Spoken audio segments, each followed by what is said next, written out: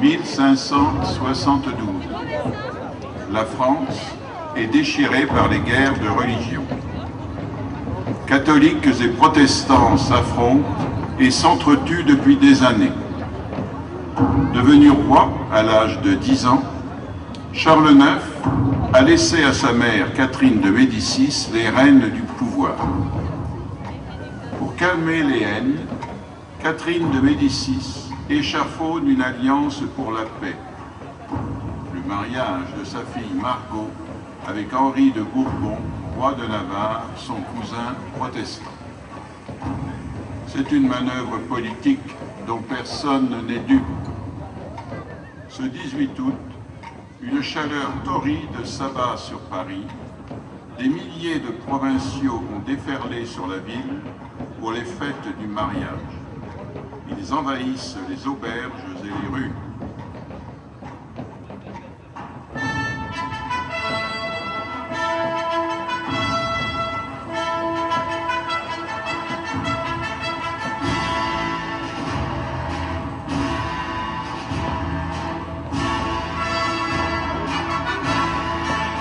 Nous sommes donc le 18 août 1572 sur le parvis de Notre-Dame de Paris.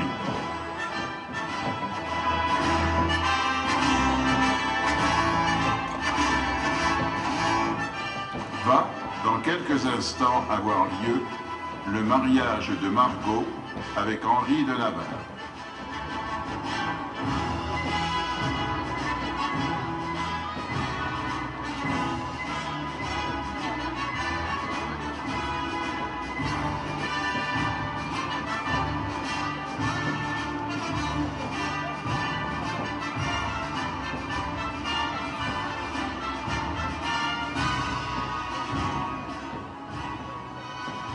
La reine Catherine de Médicis, sa mère, arrive pour y assister. Sa cour la suit. Elle se place près du siège qui lui est réservé. Les nobles, au visage grave, prennent place à leur tour.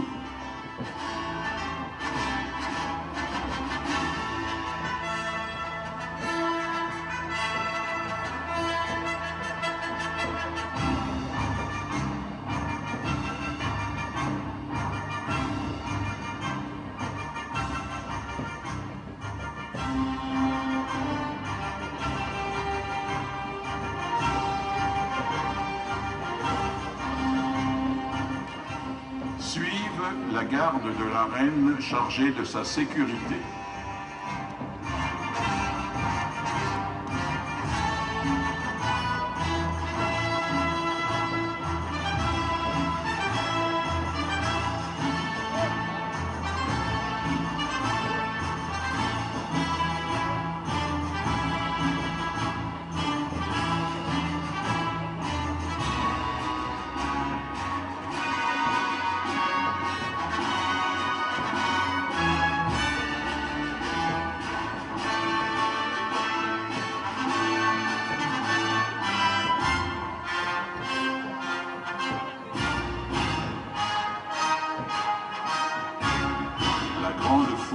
Rien perdre de ces festivités organisées dans tout Paris en cette occasion.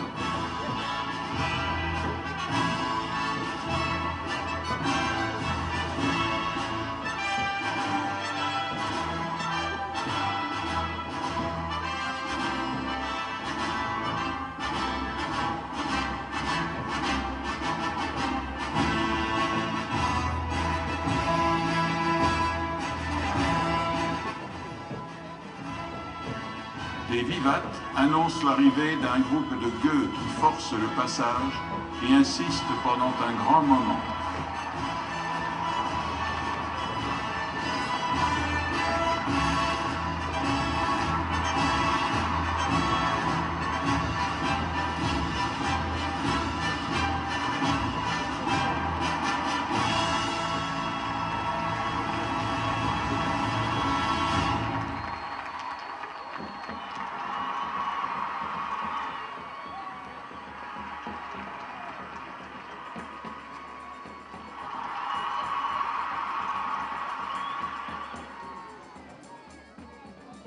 Les gardes de la reine les contiennent enfin. La reine lance un regard complaisant. Les gueux se rassembleront sous le regard attentif des gardes armés.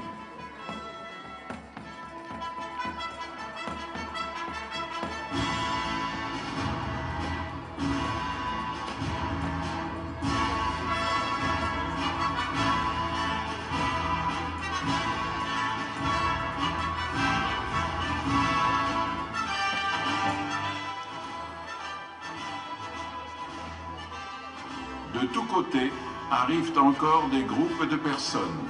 Ils manifestent leur joie d'avoir réussi à arriver jusque-là.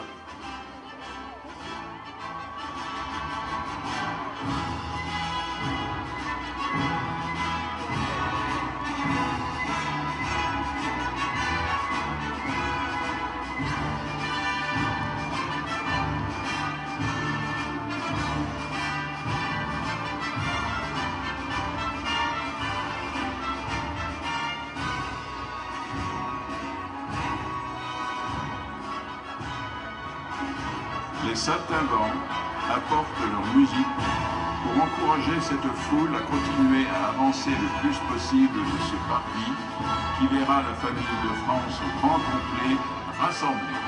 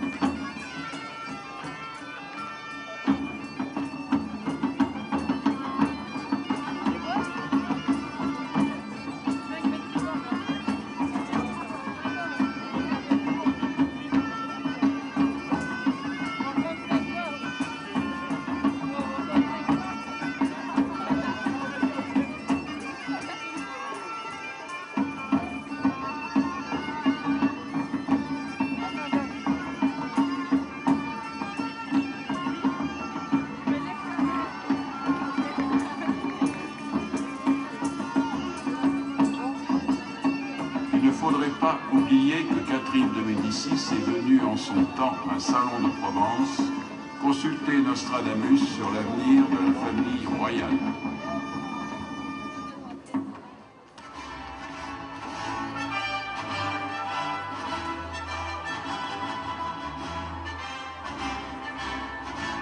Nostradamus est mort le 2 juillet 1566.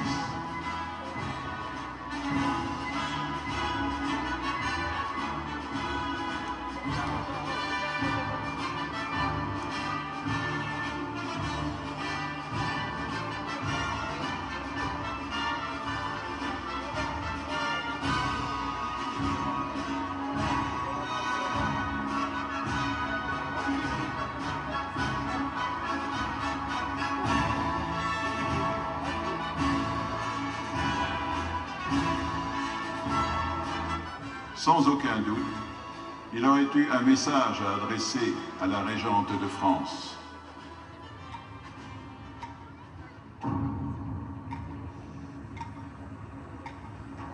Majesté, vous m'avez consulté pour connaître l'avenir de vos enfants. Ce soir, je suis là près de vous par la pensée pour ces grands moments de violence et de tristesse.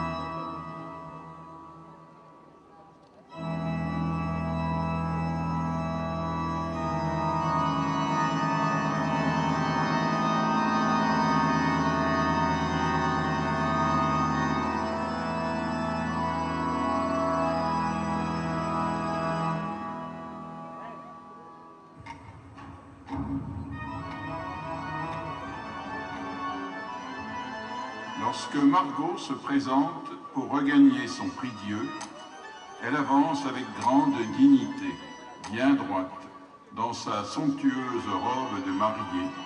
Elle regarde la foule à différentes reprises.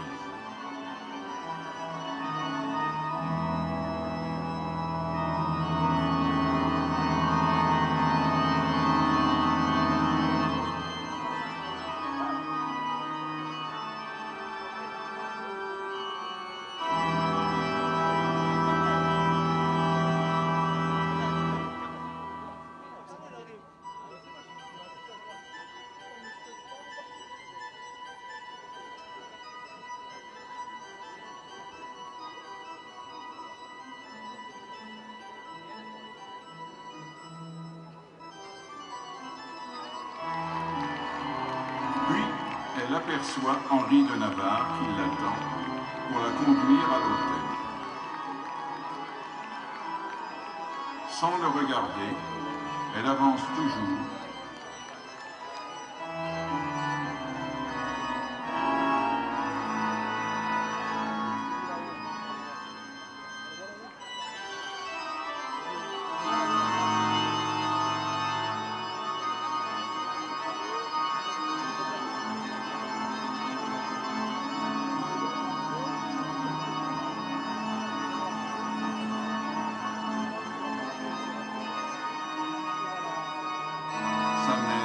Face à elle, la foule l'acclame avec frénésie, ses frères arrivent et se mettent près d'elle.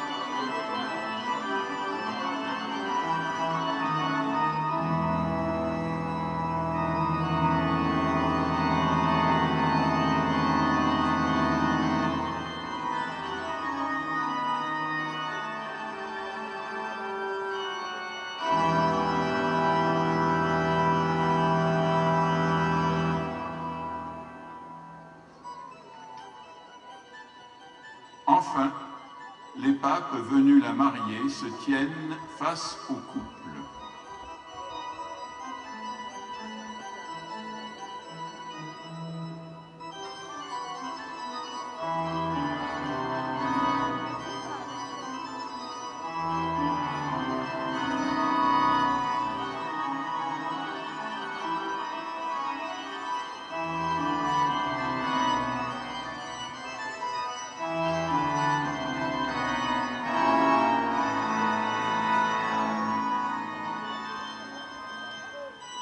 Le premier pape pose la question rituelle à Margot.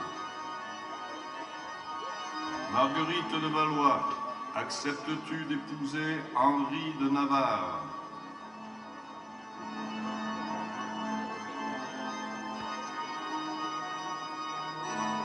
Elle ne manifeste aucun signe, elle reste figée.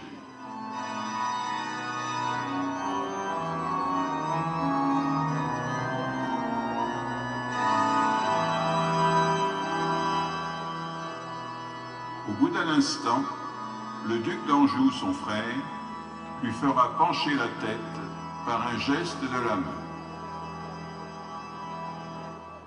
Vous êtes unis par le lien du mariage. Margot est mariée à Henri de Navarre.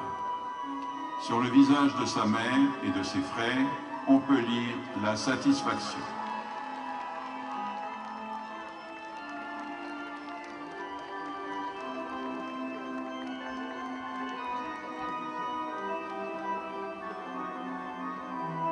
Margot quitte les lieux. Elle est accompagnée de son mari,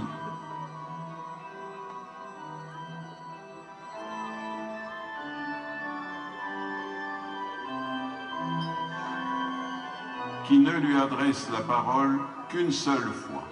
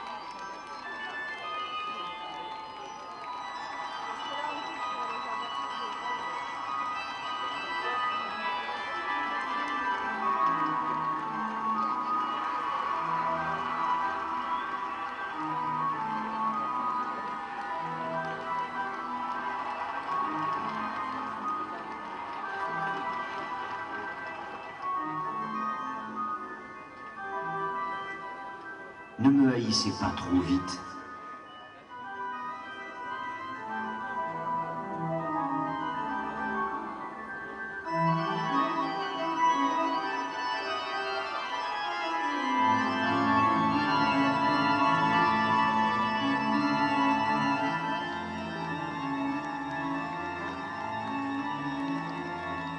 Margot répond: C'est un mariage pour la paix, mais rien ne m'oblige à coucher avec vous. Ne venez surtout pas dans ma chambre ce soir. Elle regarde la foule, l'air triste bien entendu. Henri de Navarre reste parmi la foule.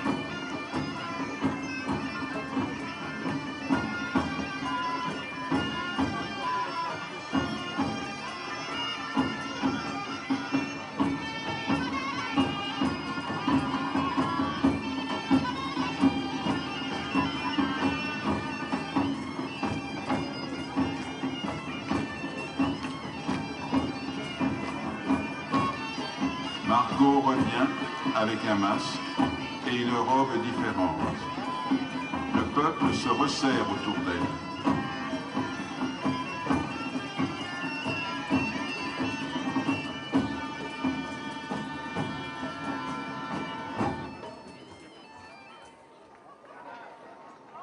Elle surveille tout ce qui se passe et cherche son mari du regard.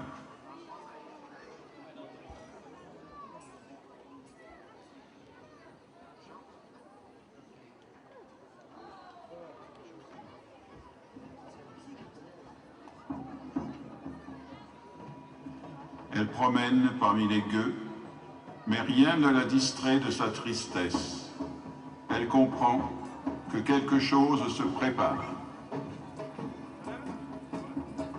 Je regarde le spectacle de cette foule pleine de haine. La reine, ma mère, pense qu'elle seule est capable de résoudre toutes ces situations difficiles. Et mon frère, le roi Charles IX, est affecté par la lourdeur de ses responsabilités.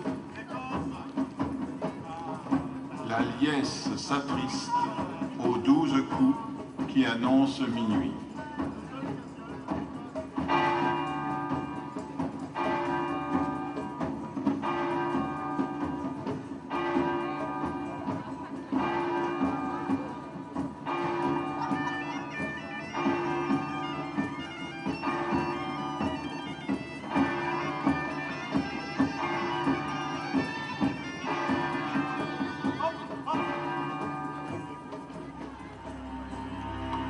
La bataille fait rage. Henri de Navarre se convertit, pensant calmer les esprits.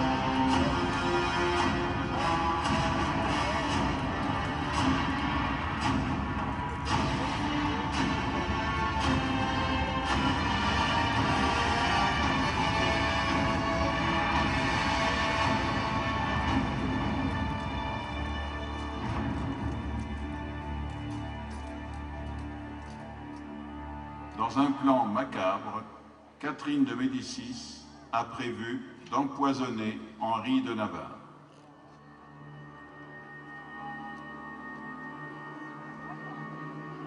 Lorsque ce dernier donnerait un baiser à une jeune femme qui, depuis un grand moment, lui fait remarquer qu'elle est pleine de charme.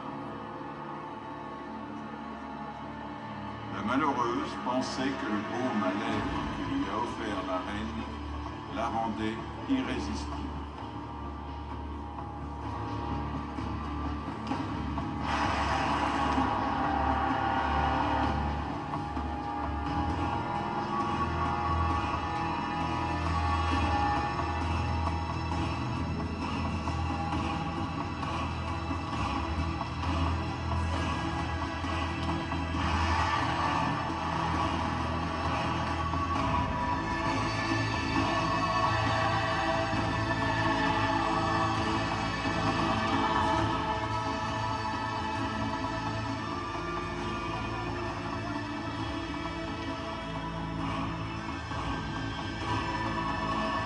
Margot veille. Elle regarde sa mère, en qui elle reconnaît ce sourire de mauvais présage. Elle cherche Henri de Navarre. Il l'aperçoit à l'instant même où il enlace la jeune fille.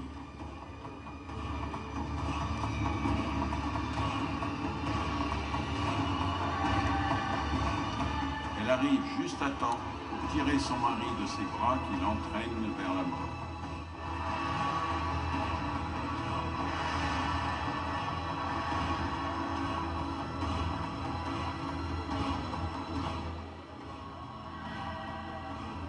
Ces épreuves rapprochent Margot de son époux. Henri de Navarre n'est pas seul en danger.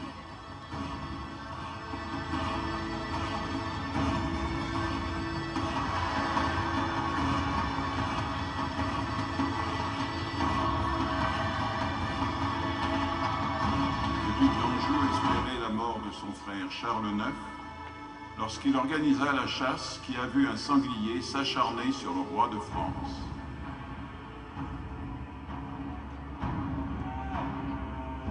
Henri de Navarre le sauva des griffes de l'animal.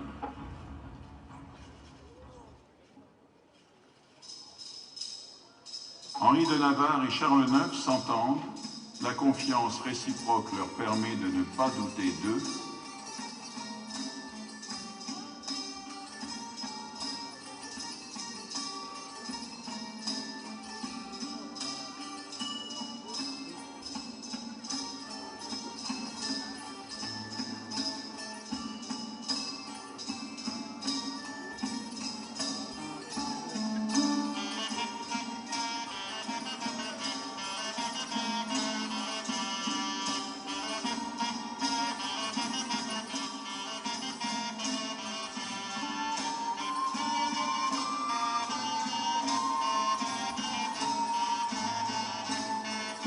Margot entretient une relation avec Maule.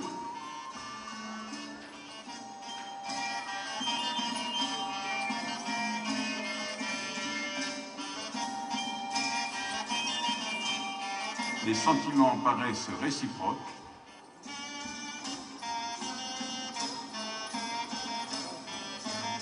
Mais à l'aube, ils doivent se quitter.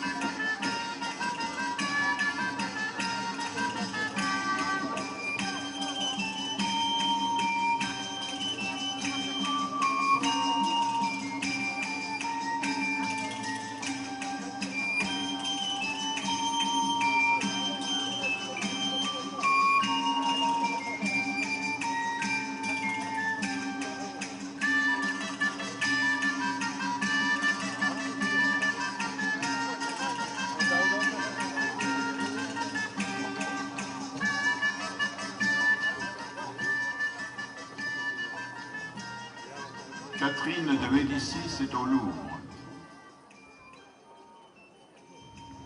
Elle élabore un plan diabolique pour empoisonner Henri de Navarre.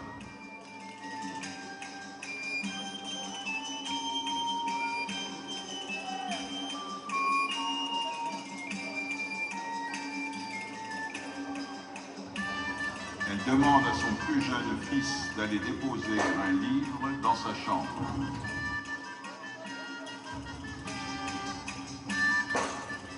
Charles IX, qui n'a pu résister à la curiosité de lire le livre, est pris de malaise.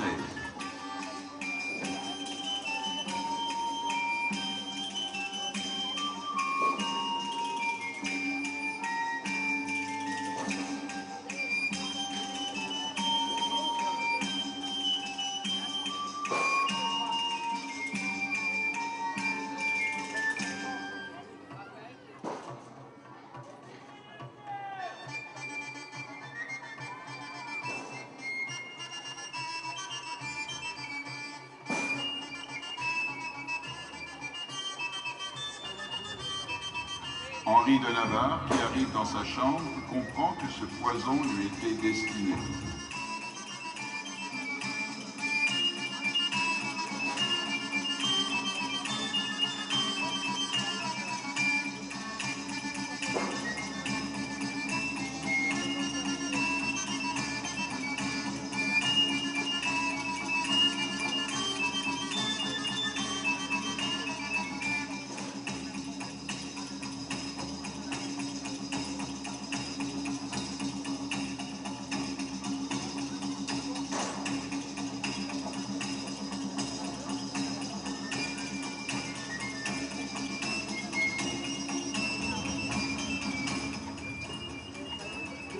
Charles IX, dans un dernier effort, lui conseille de retourner en Navarre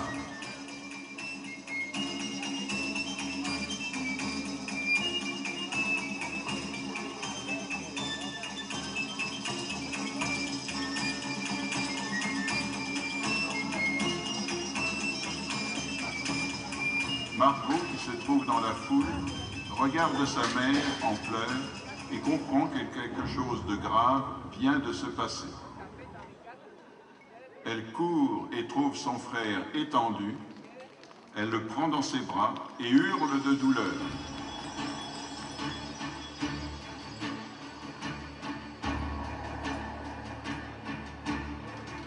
Charles IX essaie de rassembler quelques forces pour parler à Margot de l'enfant qu'il a eu avec Marie.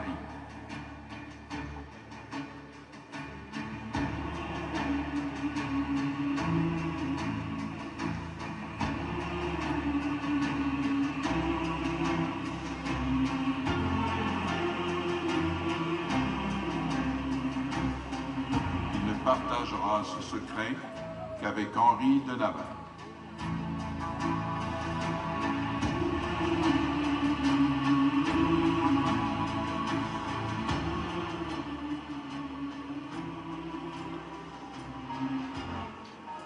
Les cloches sonnent, elles annoncent la mort du roi. Les gardes emporteront la dépouille de Charles IX.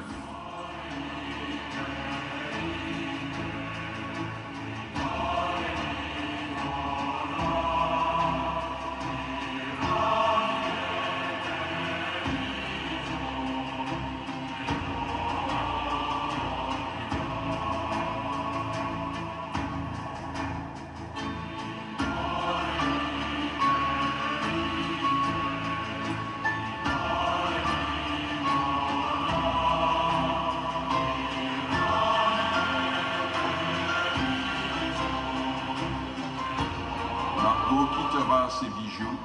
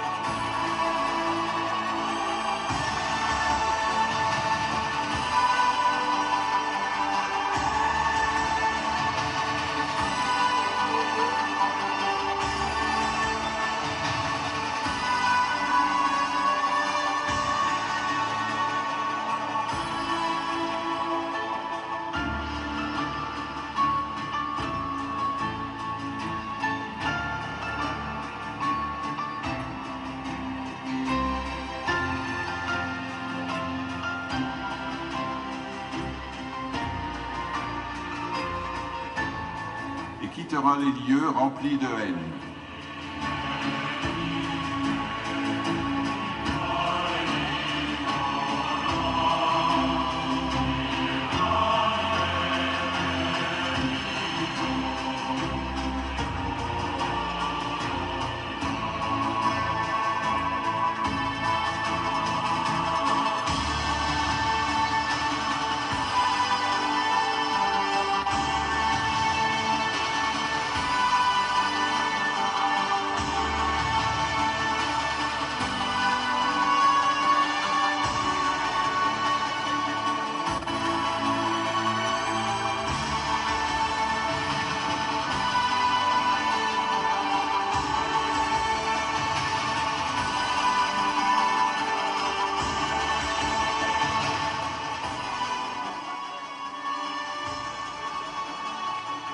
Le duc d'Anjou devient le roi Henri III.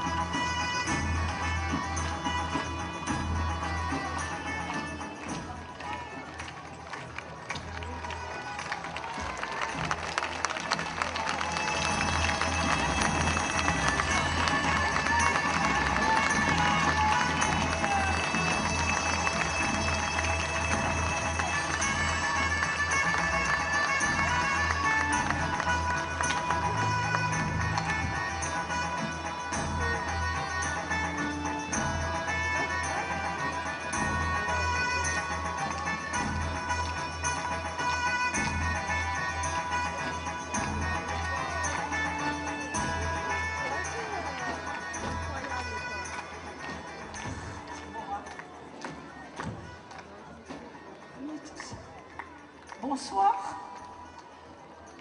J'espère que vous avez passé un aussi bon moment que celui que nous venons de tous vivre.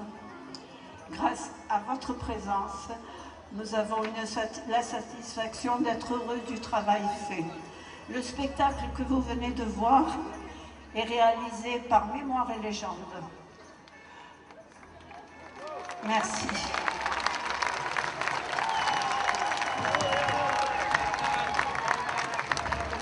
L'organisation est de notre association qui travaillons depuis le 15 septembre jusqu'au 15 juillet avec tout notre cœur pour notre ville. Et j'espère que ça se sent. Cette année, je me suis fait plaisir. J'ai écrit ce spectacle, je l'ai mis en scène, je l'ai réalisé avec l'aide sur le plateau de tous mes amis qui m'entourent et grâce à qui tout est possible. Merci. Certes, nous ne sommes pas des professionnels, mais avouez que ce soir, ça a frisé la perfection grâce à notre ami Jacques Biguet, qui lui aussi est à la technique. Mon équipe, c'est Thierry Chélan, c'est Nathalie, c'est notre reine, notre Nostradamus, il est toujours en goguette, mais enfin. Ah, il est là, Nostradamus. C'est Eric, qui est le secrétaire de l'association. C'est Florence, qui a géré tout le plateau du haut. C'est Dominique, qui elle est là depuis plein d'années. C'est Ghislaine, qui elle aussi fait partie des murs. Et puis il y a des nouvelles. Elodie et son équipe. Et notre merveilleuse Margot, qui fait partie du cercle d'escrime et qui n'a que 15 ans. Voilà. Oh, zut. Tout ce plateau, tous ces costumes, toute cette joie de vivre, merci à vous tous, grâce à qui tout peut être réalisé. Merci, merci de tout mon cœur. Par contre, il y a quelqu'un sans qui rien ne serait réalisable, je vais l'appeler, c'est notre maire Michel Tonneau. Michel, si tu veux nous rejoindre, Françoise Floupin, qui est conseillère régionale. Michel, nous on a beaucoup de travail, toi tu nous aides, tu nous donnes des locaux, tu nous donnes une aide municipale, tu nous donnes plein de choses, tu nous donnes ton amitié, et je crois que c'est là quelque chose de très important qui nous motive. Tu es maintenant notre conseiller général, donc à l'avenir, eh bien écoute, écoute, tu feras un peu mieux peut-être. Eh oui, ah, c'est pas pour rien. Françoise Floupin est notre conseillère régionale. Depuis des années, elle suit nos dossiers. Et puis Françoise, peut-être un peu mieux, parce que là on est fatigué de faire de nous-mêmes. Je vous remercie infiniment. C'est avec beaucoup de cœur pour notre ville et nous sommes fiers de vous offrir notre travail. Michel, je pense que tu as de petits mots à nous dire.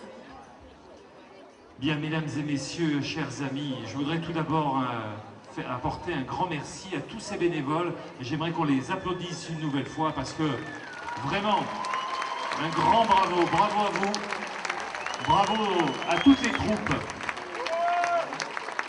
Parce que, comme l'a dit Jo tout à l'heure, Jo Stofati, je crois que c'est le travail de toute une année, c'est le travail de toute une équipe. Je peux vous assurer que c'est remarquable et que nous sommes enviés par bon nombre de villes. Et c'est un appel que je fais pour Jo Stofati, elle l'a certainement fait, mais je le réitère. Un appel aux bénévoles pour renforcer Mémoires et légendes, pour que nous puissions encore être plus nombreux l'année prochaine. Parce que ce spectacle, c'est votre spectacle. Et votre présence, effectivement, nous fait chaud au cœur et nous permet, encore une fois, de penser l'année prochaine. Alors, merci à vous d'être venus aussi nombreux. Merci à tous les bénévoles. Et Jo, je voudrais aussi, encore une fois, te remercier au nom de toute la municipalité. Merci. Françoise. Oui, à travers ma présence, c'est la présence de Michel Vauzel que vous avez ce soir. Michel Vauzel a toujours soutenu ce dossier, la reconstitution historique. Merci à Jo, merci à tous les bénévoles et merci à tous les salonnés d'être présents. Voilà, notre récompense c'est vous parce que vous êtes toujours là. Et c'est ce qui nous fait, c'est notre salaire et c'est notre satisfaction. Voilà, merci. Dominique ? On veut le micro, Jo, pour te remercier. On a beaucoup d'admiration pour toutes les heures que tu donnes et toute l'énergie. Et vraiment, tu te démènes vraiment énormément. Tu as beaucoup d'énergie et on t'admire beaucoup. Alors voilà, maintenant on veut te faire un bisou.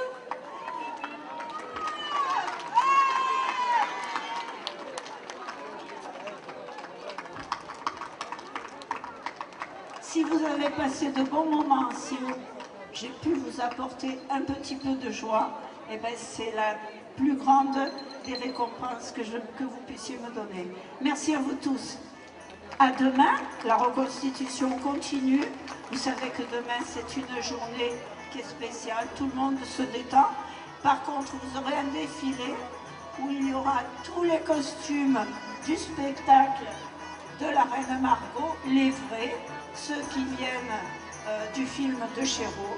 Certes, ce soir, nous ne vous avons pas donné une leçon d'histoire, mais nous avons joué sur un texte de Victor Hugo. Merci à tous et à demain.